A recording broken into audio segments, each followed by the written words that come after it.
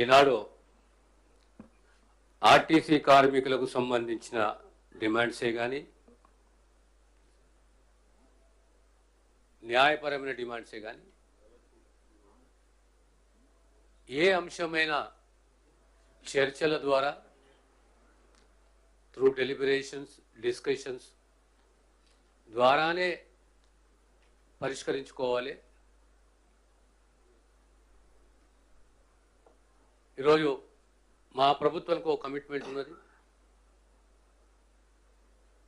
మొట్టమొదట నసాచర మంత్రి గారు శ్రీధర్బాబు అన్నట్టు క్యాబినెట్ అజెండాను పక్కకు పెట్టి మొట్టమొదటి అంశం ఆర్టీసీ ఎంప్లాయీస్ యొక్క డిమాండ్స్. రేపు పొద్దునే ఉప ముఖ్యమంత్రి గారి నేతృత్వంలో వారిని పిలిచి వాళ్ళతో డిస్కషన్ చర్చలు. కానీ క్షణిక ఆవేశము, ప్రాణాలు త్యాగం చేయడము, త్యాగమని కాకుండా క్షణిక ఆవేశం ఇది. దీంతో తీవ్రంగా ఆ కుటుంబం నష్టపోతుంది. ఎక్కడో ఇలాంటి సంఘటనలు జరగకూడదు, దాన్ని ప్రోత్సహించకూడదు. మా అపీల్ ఆర్టీసీ ఎంప్లాయీస్ తోటి, the entire cabinet appeals to the RTC employees, you're part of the family. మన సమస్యలు చిన్నదా పెద్దదా అనేది పక్కకు పెడితే ప్రతిదానికి ఒక పరిష్కారం ఉన్నది. ఈరోజు జరిగిన సంఘటన, ఆ సంఘటన సంబంధించి ఇమీడియట్లీ ప్రభుత్వం స్పందించడము. ఈరోజు ఆ ఆర్టీసీ ఎంప్లాయీని హైదరాబాద్కు తీసుకొస్తున్నారు. అపోలో కంచన్బాగ్లో బర్న్స్ వార్డ్ని అక్కడ అన్ని ఏర్పాట్లు చేశాము. ప్రత్యేకంగా హెల్త్ డిపార్ట్మెంట్ సంబంధించి అడిషనల్ డైరెక్టర్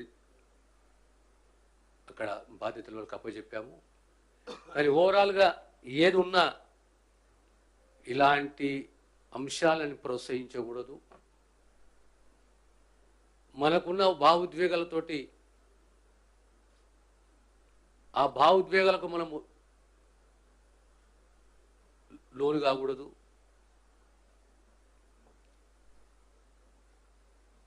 మాది అప్పీలు అందరు ఎంప్లాయీస్ తోటి చర్చించుకుందాం, సమస్యలు పరిష్కరించుకుందాం. ఇలాంటి సంఘటనలు జరగకూడదు. మేము ఎంబడున్నాము. వీఆర్ ఆల్ ఏ ఫ్యామిలీ. రేపు మళ్ళీ ఈ చర్చలు కొనసాగుతాయి.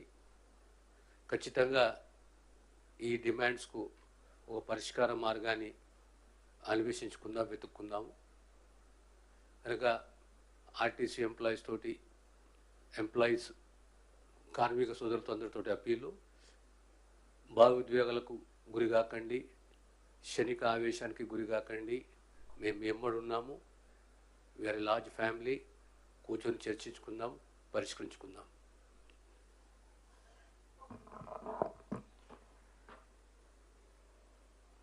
ఆర్టీసీ కార్మిక సోదరులకు సవినయంగా